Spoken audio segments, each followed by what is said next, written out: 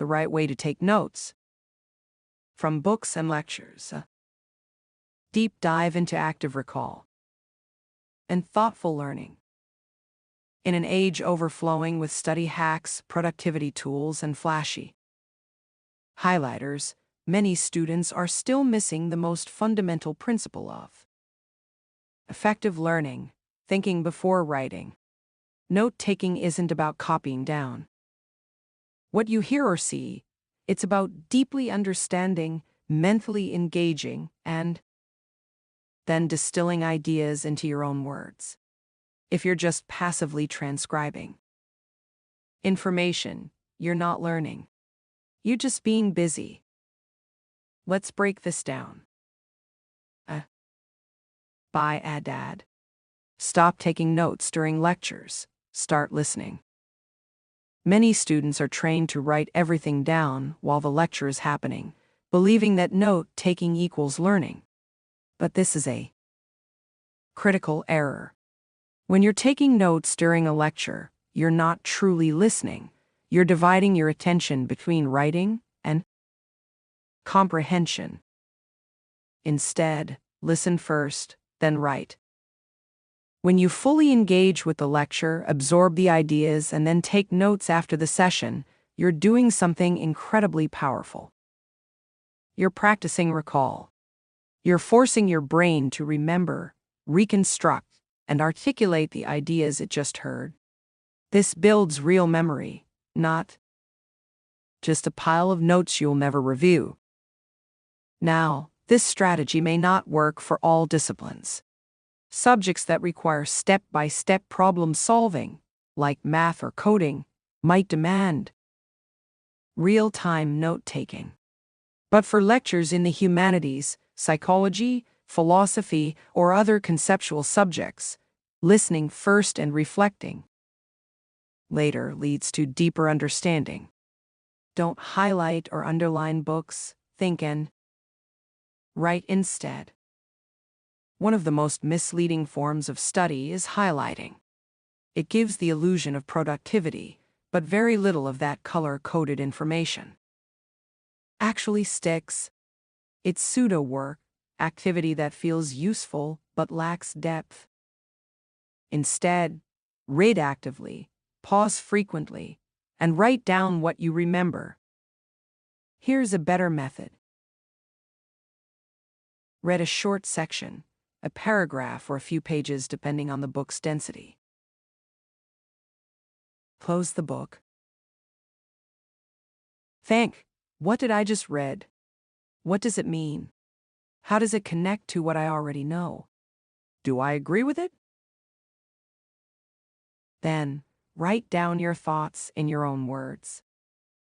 This method isn't just about memory, it's about integration.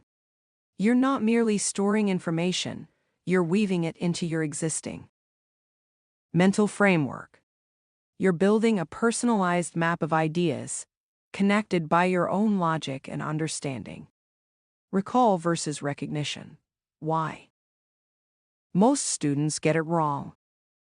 Here's the key distinction. Recognition is passive. It's that feeling of, I think I've seen this before when you review your notes. Recall is active. It's being able to pull the idea out of your mind without prompts.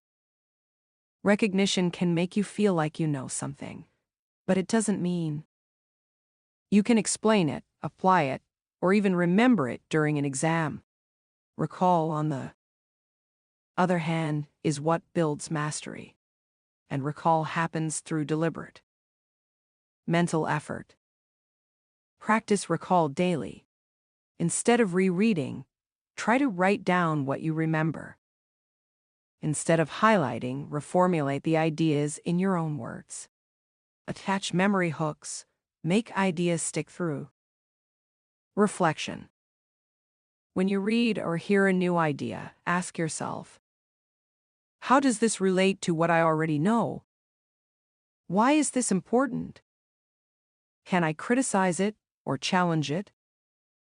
Can I teach it to someone else? How would I say this in my own language? Each of these questions builds a memory hook, a mental association that strengthens the idea in your mind and makes it retrievable later. This is how great thinkers and educators remember what they read. It's not because they have photographic memories, it's because they reflect deeply, make connections, and turn knowledge into personal insight. The simple formula: read, think, write. Right arrow. Right arrow.